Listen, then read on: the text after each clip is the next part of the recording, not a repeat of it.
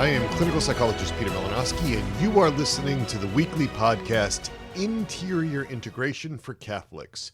Today, in episode 63, we are discussing human formation. What is it? What is human formation? And what do you mean, Dr. Peter, when you say it's missing for many people? Well, I'm going to start with this bold claim, a controversial claim. And that claim is this. For many, many Catholic adults in our day and age, in our culture, there is a much greater need to focus on human formation than on spiritual formation. Let me say that again. Many, many Catholic adults at this point in their lives need solid human formation more than they need spiritual formation. And we're talking about serious Catholic adults. The commitment to human formation is so important in the Catholic married sexual life that it composes two of the four legs of my model of a Catholic marriage bed. The husband's commitment to human formation is one leg. The wife's commitment to human formation is the other leg. Another leg of that bed is really understanding attachment needs and integrity needs. We discussed that in episode 62. And the fourth leg is an internal family systems informed model of the person with a self and with parts, that unity and that multiplicity. We covered that in episodes 60 and 61. The floor is a deep, abiding, childlike trust in Mary, our spiritual mother, and God, our spiritual father. That's the foundation of everything, that trust. And we're building the whole bed here. We started this model of the Catholic marriage bed in episode 58. We're not going to review all of it now. You can go back there and see the rest of the parts. But what I am focusing on in this episode is how so many Catholics, some of them with lots of spiritual formation, have built their spiritual lives on a very, very unsound natural foundation with mediocre or poor human formation. As a result, their spiritual lives are unstable. Let me give you an extreme example of this. Very early in my practice, almost 20 years ago, a very earnest Catholic man in his mid-30s showed up at my office, very sincere, but very distressed. He wanted me to help his wife understand the faith. The wife was Catholic, but there was a lot of tension between my client and his wife about his spiritual practices. And in fact, things had gotten so bad that there was danger of divorce. The wife was saying, "Get to counseling or I'm going to divorce you." Well, what were the wife's concerns? The man was spending 3 hours per day in Eucharistic adoration, and he was bringing their young children, wanting them to sit still and pray as he prayed for these 3 hours. He really felt that Our Lady of Lourdes had revealed that that was what we were supposed to be doing as Catholics, and not everyone was doing it. He was going to do it. The man had no gainful employment. He had lost his position, and the wife was feeling constantly criticized by his fraternal corrections, his attempts to, quote, help her, unquote, become more holy. All right, so was this a spiritual problem? I mean, obviously there's spiritual content, but is this really a spiritual problem? No. The problem here is primarily in the natural realm. This man was blended with a part that was so driven by fear. This part was desperately trying to please an extremely demanding God, an extremely demanding Mary as mother figure, trying desperately to become holy, a lot of Pelagian efforts to earn the satisfaction and approval of God and Mary. And this contributed to a lack of attunement to his children. He was becoming more and more alienated from them, and they were becoming more and more alienated from the faith. It drove a real wedge in his marriage between him and his wife. His wife thought that he was a religious nutcase, and while he recognized there were problems, he really thought his wife needed to change. So he prayed the rosary because Fatima visionary Sister Lucia said, quote, "There is no problem, I tell you, no matter how difficult it is, that we cannot resolve by the prayer of the Holy Rosary," end quote. So he took that to heart. Lots and lots of rosaries. His problems came, though, from the distortions in his human formation. When I began to work with this man, these problems were not primarily spiritual. His spiritual edifice was built upon a very unstable foundation of human formation. You can see problems in human formation in the priest sex abuse scandal as well. Now, you can frame all of this spiritually, and often it was framed spiritually. The priest who sexually abused children, well, he gave in to lust. It was a violation of the virtue of chastity, among other virtues. Okay. To argue that it was a spiritual problem, a failure, that he gave in to temptation. And, okay, yes, there are spiritual dimensions to this, including a grave and serious sin. But is the primary issue with his disordered sexual attraction to children and a real lack of impulse control, is that really primarily in the spiritual realm? Or is it really in the natural realm, a problem with his basic human formation? It makes much more sense to me as a treating psychologist to look at that as being a problem in the natural realm. Another example, scrupulosity. It's so often seen as a spiritual problem. It's brought to priests, it's brought especially into the confessional, and it's one of the most frustrating issues for confessors and spiritual directors to encounter. It's so often it doesn't resolve with the traditional spiritual means. Why? Because again, this is primarily in the natural realm. I did a whole episode, it's almost an hour long, with Adam Cross, the Catholic therapist. You can see it on YouTube, on human formation issues that underlie scrupulosity. These are the real issues in the natural realm that cause the scrupulosity. It has a lot to do with attachment issues, with that unmet attachment needs, with God images. We talked all about those in episodes 23 to 29 of this podcast. Those kinds of things, the impact of the human factors drive scrupulosity. So let's talk about this a little more. I want to go back to Genesis 3, right, where we see original sin coming into the world. Now, with original sin, we can see the devastating impact on the human body. We can see death, illness, pain, the intensity of pain in childbirth, for example, physical labor, having to toil to survive, scratching out an existence from the cursed ground. And we saw the devastating impact of original sin on the human body. And I argue that the same kind of effect happened to the rest of our human formation. It led to distrust of God, to fear, anger, a loss of harmony within us. There was really a kind of disintegration in the world broadly, but also inside of us.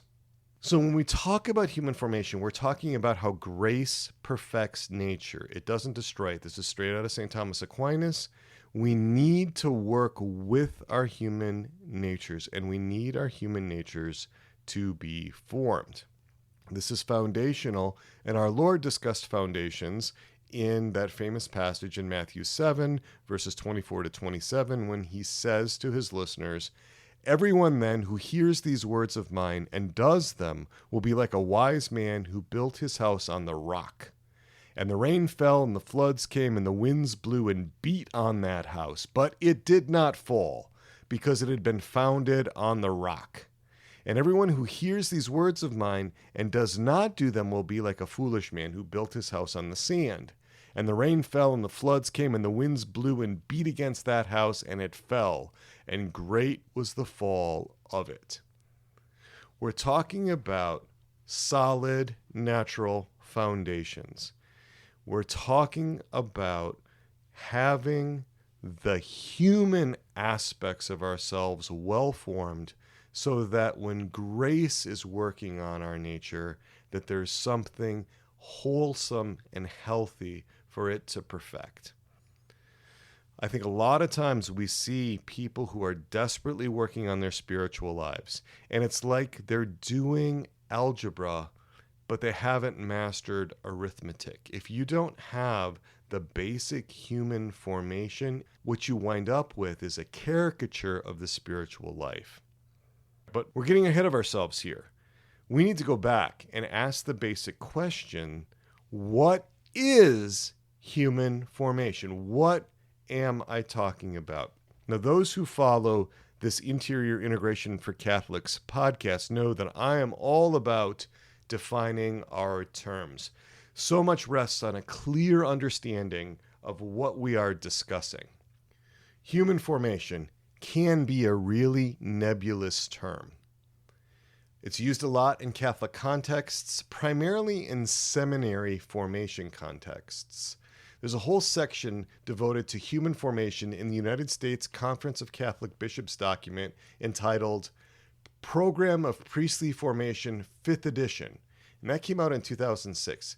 The section on human formation runs from pages 29 to 42. It's the longest and most complete discussion of human formation I could find in any official church document. It's about 14 pages, all about human formation. But interestingly, there is no definition of human formation.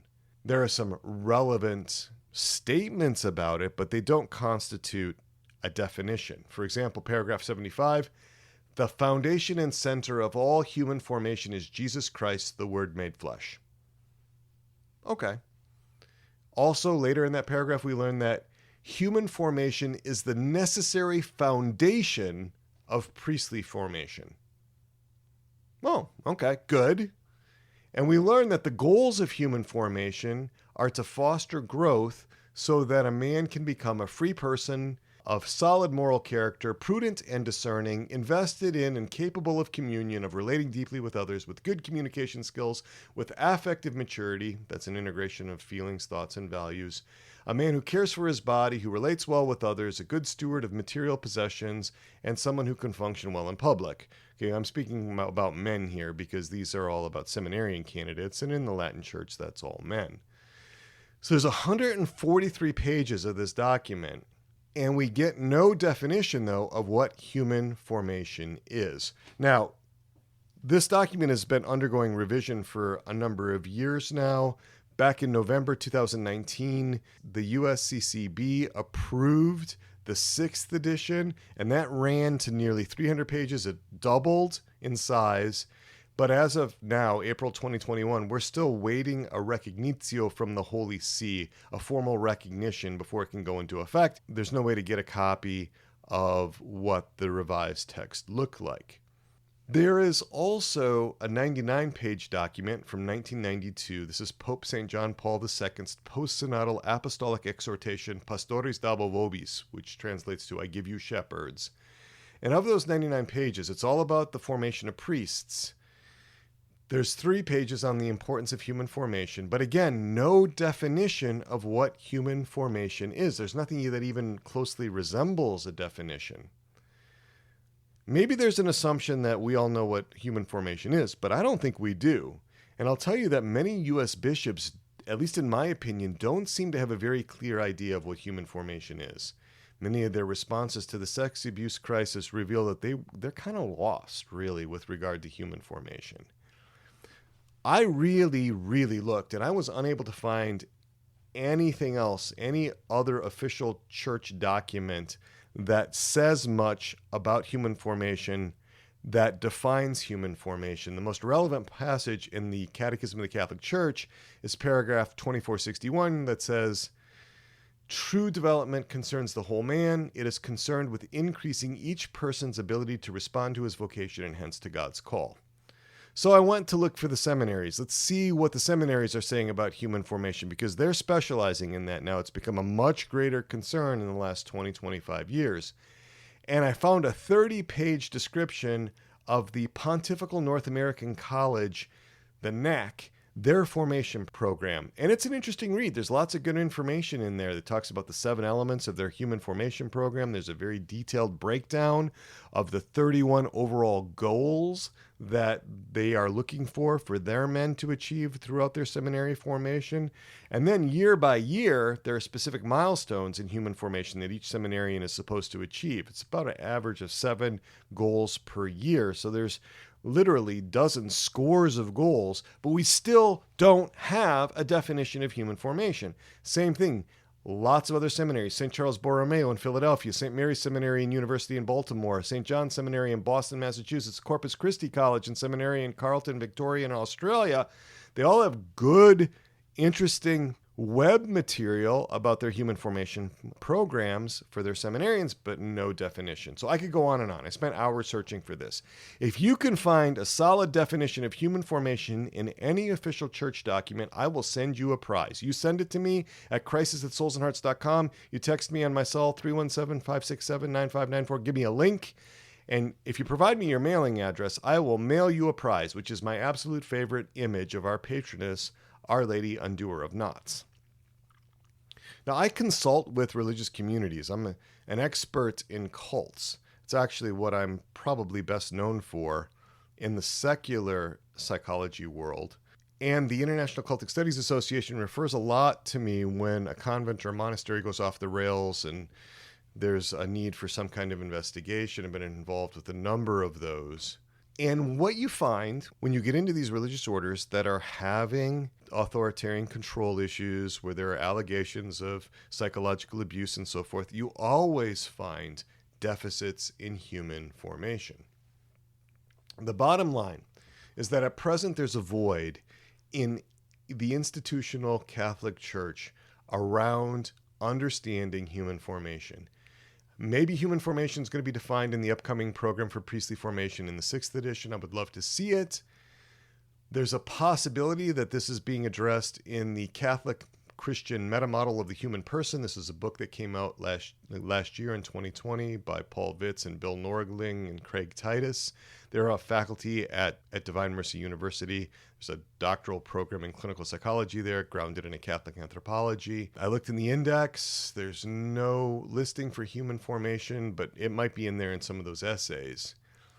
It's understandable in some ways that there are some gaps around understanding human formation. There's a tension in the United States between psychology and Catholicism that was well documented by historian Robert Kugelman in his book, Psychology and Catholicism, Contested Boundaries.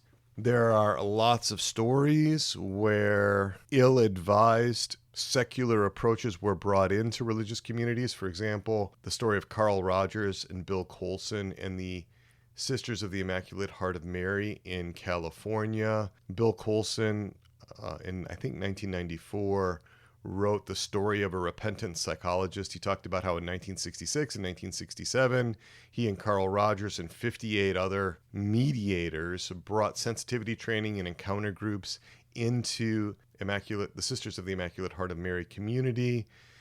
He said that, quote, "We inundated that system with humanistic psychology. We called it Therapy for Normals, or TFN. The IHMs had some 60 schools when we started. At the end, they had one. There were some 560 nuns when we began. Within a year after our first interventions, 300 of them were petitioning Rome to get out of their vows. They did not want to be under anyone's authority except the authority of their imperial inner selves." There's a lot more that you can read about that. There's a 1983 book by William Kirkpatrick called Psychological Seduction, where he lists the problems with secular psychology and why Christians should essentially reject it. And there's this temptation to throw the baby out with the bathwater when it comes to this. But some of you might be saying, okay, Dr. Peter, it's easy to be a critic. Why don't you define human formation? Why don't you put your big boy Catholic psychologist pants on and stop complaining and light a candle in the darkness? Why don't you define it for us? All right. Since you threw down the gauntlet like that, I will give my attempt to define human formation. I think it's appropriate for me to do that because in Lumen Gentium, the Vatican II document Lumen Gentium, there's this passage in paragraph 37 that says, "The laity are, by reason of the knowledge, competence, or outstanding ability which they may enjoy, permitted and sometimes even obligated to express their opinions on those things which concern the good of the Church. When occasions arise, let this be done through the organs erected by the Church for this purpose. Let it always be done in truth, in courage, and in prudence, with reverence and charity toward those who by reason of their sacred office represent the person of Christ." I want to do this, therefore, in a way that's respectful. I want to do this in a way that's loving, in a way that's constructive, because it's really important that we do this out of charity. Now, you can correct me if I'm wrong about any of these things. If you recognize something that I'm saying when I define human formation or in any other aspect of these podcasts, I really do want corrections, right? So if there's some way in which it feels like I'm going against what the church has perennially taught, I want to know that. I don't know exactly what the organ of the church that would be erected for this kind of feedback would be. I do consult with a number of bishops and with other religious superiors and orders and so forth from time to time. I'm offering it again so that we can consider what our human formation should be. That's the primary reason for this. The primary reason I'm doing this podcast episode is not to reform the church per se or to impact seminarian formation assessments. I suppose there is a criticism to say, look, what can we define the terms? It's a relatively mild statement. I want to go ahead, though, and say to you, let's think about, like, what does it mean for you to work on your human formation? Let's focus on building up the church, each of us, within our own selves. So with all of that said, let's go to definition time with Dr. Peter. Human formation is the lifelong process of natural development aided by grace, by which a person integrates all aspects of his interior emotional, cognitive, relational, and bodily life, all of his natural faculties in an ordered way, conformed with right reason and natural law, so that he is freed from natural impediments to trusting God as his beloved child and to embracing God's love. Then in return, because he possesses himself, he can love God, neighbor, and himself with all of his natural being in an ordered, intimate, personal, and mature way. That's my definition. I'll go over that one more time. Human formation is the lifelong process of natural development, aided by grace, by which a person integrates all aspects of his interior emotional, cognitive, relational, and bodily life, all of his natural faculties, in an ordered way, conformed with right reason and natural law, so that he is freed from natural impediments to trusting God as his beloved child and to embracing God's love. Then in return, because he possesses himself, he can love God, neighbor, and himself with all of his natural being in an ordered, intimate, personal, and mature way. All right, so let's break down this process. Let's break down this whole definition. Human formation is the lifelong process. All right, lifelong. There's no graduation. It starts at conception and it ends at death. It starts at conception. Let's take a look at that, right? It starts at conception. Let's take a look at that. There's interesting studies that talk about how the development of an unborn baby is impacted by epigenetics, methylation, the experience of the mother, whether she's stressed, what's going on with her hormones and so forth, can impact the genetic makeup of the child. And this is long before birth. So we really are talking about from conception to death. It's lifelong. There's no graduation. Our Lord chose to be raised in a human family, raised by St. Joseph and our mother Mary, who formed him. Luke 2:52, and Jesus increased in wisdom and in stature and in favor with God and man. He went through in his humanity a process of formation, this process of natural development. All right, so aided by grace, because all good comes from God, even in unbaptized people and those who are not in a state of grace, all good comes from God. So this whole process is aided by grace, by which a person integrates all aspects of his interior emotional, cognitive, relational, and bodily life. Integration, it's a key word. We talk about it all the time in this podcast, right? Interior integration for Catholics.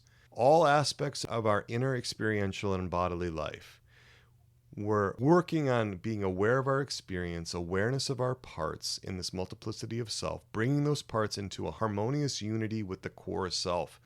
This includes our needs, our emotions, our guiding beliefs and assumptions, even if they're unconscious, our cognitions or thoughts, our intentions, desires, attitudes, impulses, our interpersonal styles, our bodily sensations, and sexual aspects. Nothing is to be split off. Nothing is to be repressed in the long run. Otherwise, it will come back and bite us. There's what psychodynamic psychologists call the revenge of the repressed. That describes how when certain emotions or desires or impulses are repressed and they're not given a voice, they tend to be enacted. They tend to be acted out. So when we are calm, when we're recollected, when we're integrated, when we have this integration, we are so much more equipped to enter into the phenomenological world of others. This is not self-absorbed navel-gazing. This is about preparing yourself to be able, through this formation, to truly understand others and to truly love them. I talk about the starving waiter syndrome. There's this whole sense that it is very difficult to bring to other people the very things that you're starving for. That just doesn't work very well. There's the old adage from Middle-aged Latin, nemo dat quod non habet.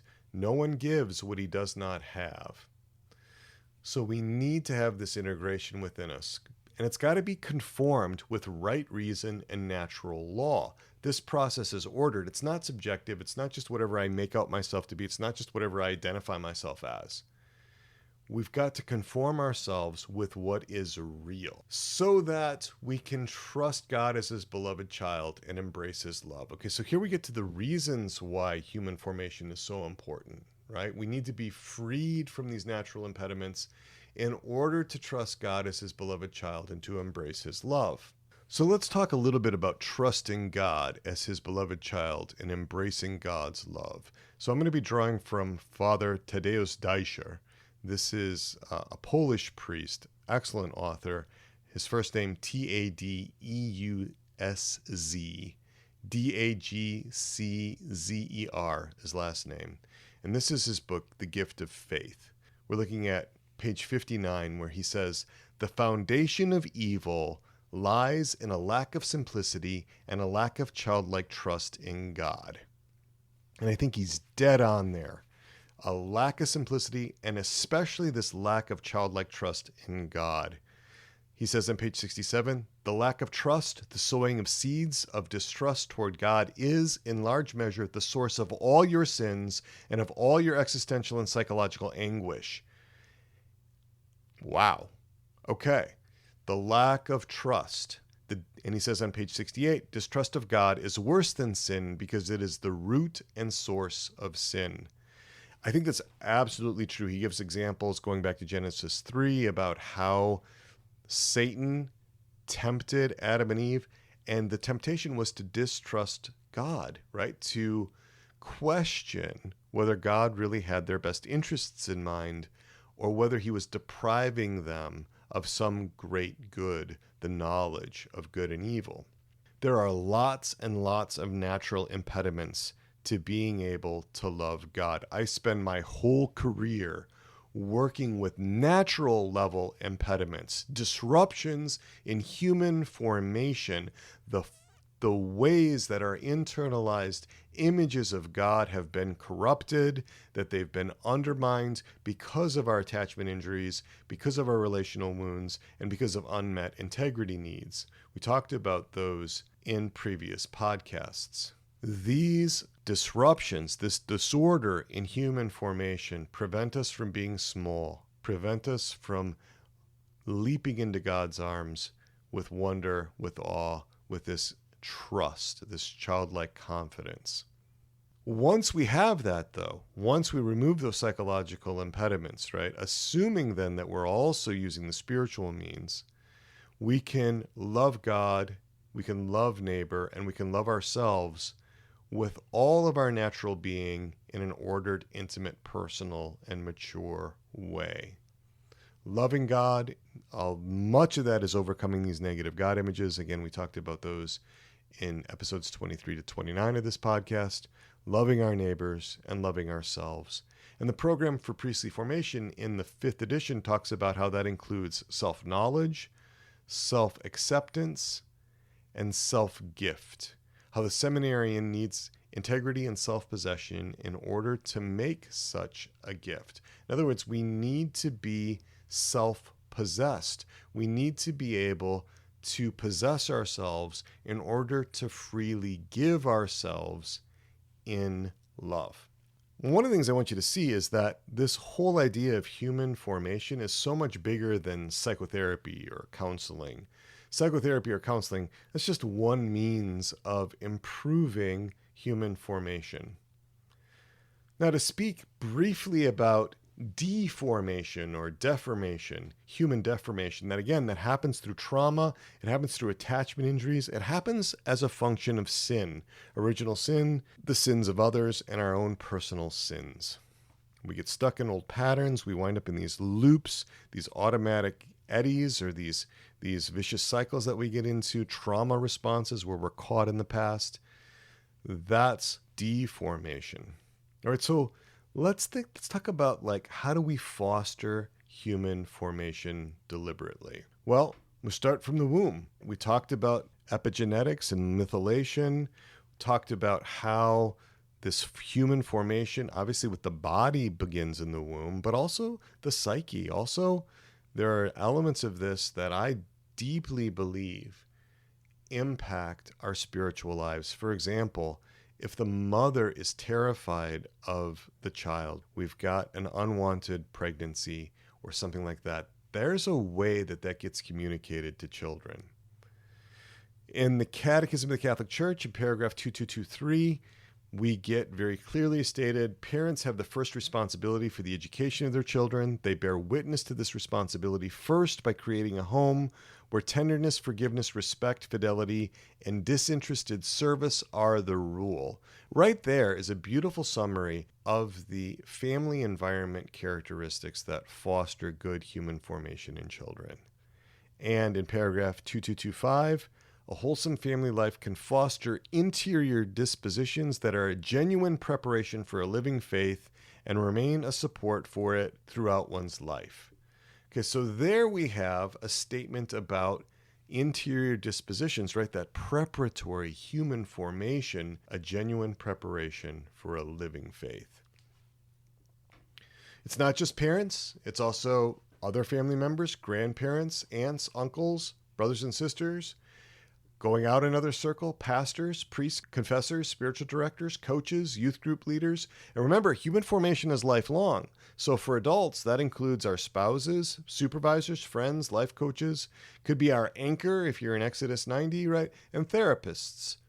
This podcast helps you focus inward on your human formation to help you bring together the different parts of yourself into unity and harmony with God in the natural realm. So this podcast is all about your human formation and provides guided reflections. We had one in the last episode.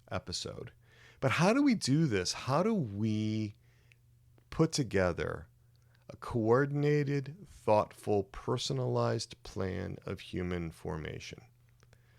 First step, and we talked about this last time, is setting aside the time.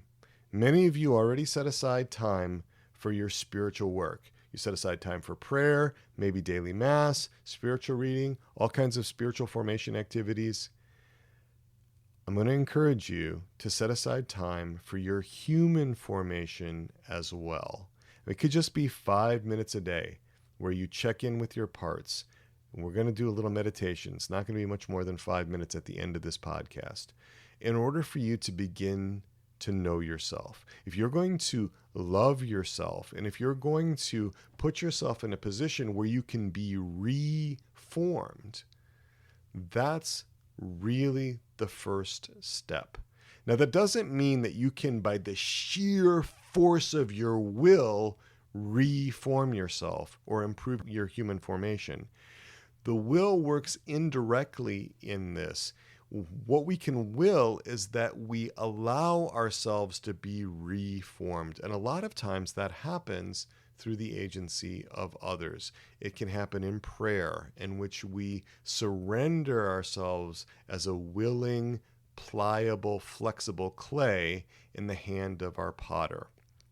It can mean that we are open and receptive to the recommendations of those who we have chosen to allow in for our formation. It could be confessors, spiritual directors, therapists, life coaches. It could be other people that we're close to, people in our Bible study, pastoral counselors. There's lots of different roles people who could impact us in a formational way.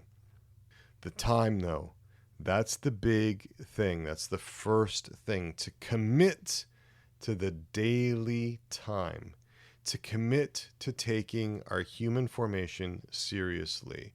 This is hard to do on your own, right? You're going to have to harness a network of people to help you with formation. One way to do that is through the Resilient Catholics community. We provide guidance on human formation. We specialize in it. We walk with each other. We have companions. There are ways that we check in with each other. We support each other on this journey of human formation. So I'm going to encourage you, if you're really interested in this, to get on the waiting list for the RCC. We're going to reopen the community on June 1st. Go to soulsandhearts.com/RCC. There's a new video up there where I answer questions about the Resilient Catholics community. We talk about all kinds of aspects of it. This was from April 6th. We had a number, about a dozen people come in to be able to have a conversation about that. I'm going to encourage you to check that out. There's no obligation to join if you get on the waiting list, but at least you get to hear about the latest developments and get the updates. And there'll be extra things that I include in those emails to the folks that are waiting patiently on the waiting list. Well, when should we begin this? Again, setting aside the time, start it now. And why? I'm going to go back to how critical this is. It's all about shoring up the natural foundation for the Catholic spiritual life. And that's where so many people have so many gaps, so much is missing. So to that end, I'm going to give you a little flavor of what we do in the Resilient Catholics community. I'm going to bring in another guided reflection around human formation and what specifically you might need. So again, I'm just going to invite you to engage with this if it seems like it's good for you. If you notice that there's something off with this, or it's starting to trigger you, or you're getting activated in some way, moving into fight or flight, or moving into a freeze response, or just it's not your thing, it just doesn't seem like it's working for you, my recommendation is to take what's helpful to you. If this isn't helpful to you, let it go. There's no obligation that you participate in this. But if you're interested in that, and if it seems like it's a good idea, I'm just going to invite you to notice what has come up for you as you've listened to this podcast. What has happened in the realm of your thoughts or your feelings? What memories has it brought up as we've talked about gaps in human formation? As we've talked about needs that didn't get met, emotions that were never acknowledged or accepted,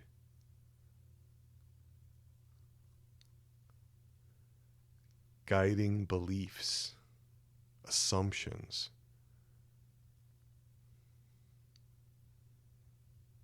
Some of these can be what Christopher Bolus called unthought knowns. These are things that we know, but we've never thought.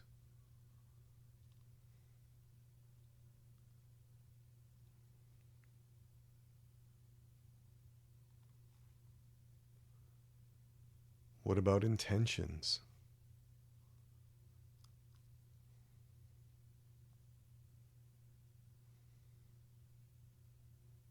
Desires that we've never allowed to be said, that we've stuffed away.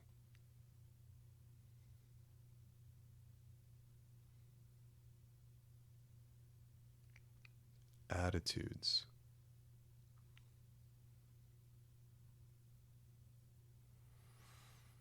What about the body sensations or the sexual aspects of our lives that reflect something about some kind of dysfunction or disorder in our human formation? What have we been trying to run away from? What have we been trying to fight by suppression or repression or denial.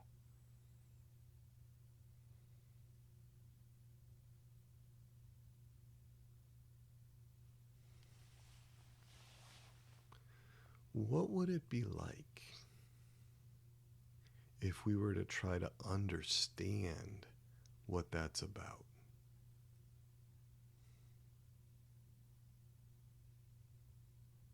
What if that could be healed?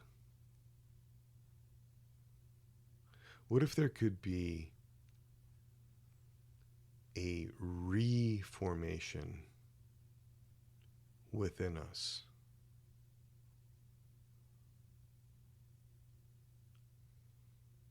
What if the clay that we are can be reformed so that whatever needs we have are indeed met?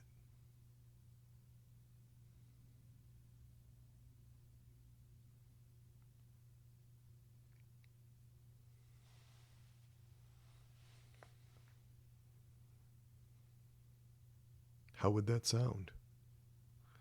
What concerns would that bring up if there were to be real healing?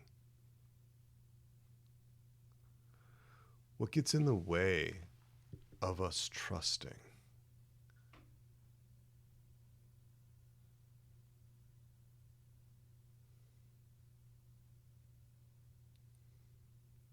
What gets in the way of us embracing the love of God?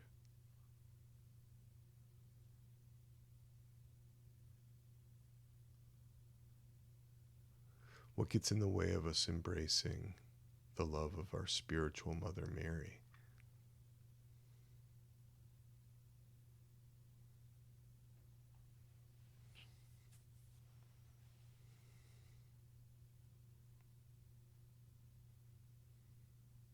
What gets in the way of us loving ourselves? What gets in the way of you specifically loving you?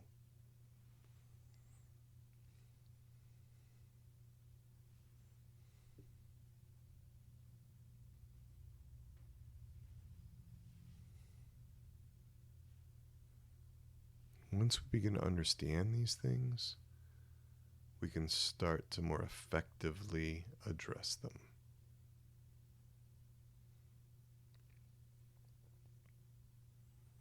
Seek and ye shall find. We've got to have faith for that. With faith, we can move mountains. Father Dasher says that there are two kinds of people that believe in miracles: saints and little children. What keeps us from being small enough? What keeps us from having the awe and wonder and the sense of confidence that whatever we're facing can be really overcome?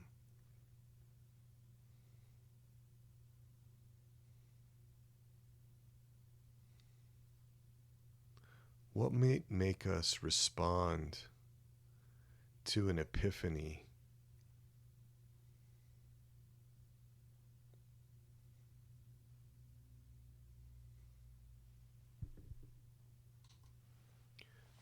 what might lead us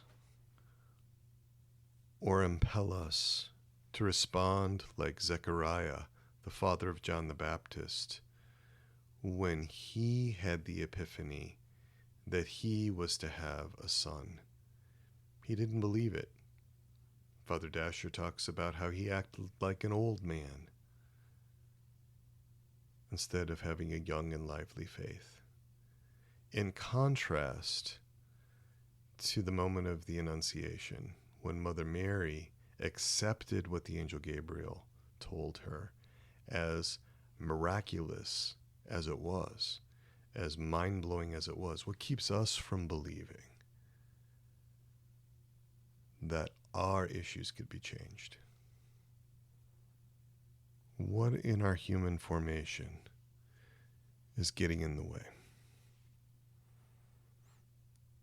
I'm going to invite you to write all that down. To take a good inventory of it.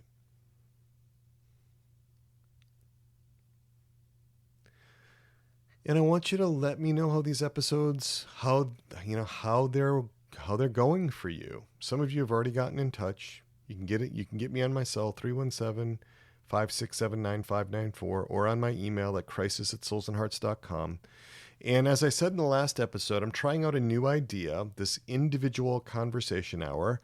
I promise you I will be on my cell phone from 4:30 p.m. to 5:30 p.m. Eastern Time on Tuesday, April 13th, to talk with any of my listeners about our podcast episodes.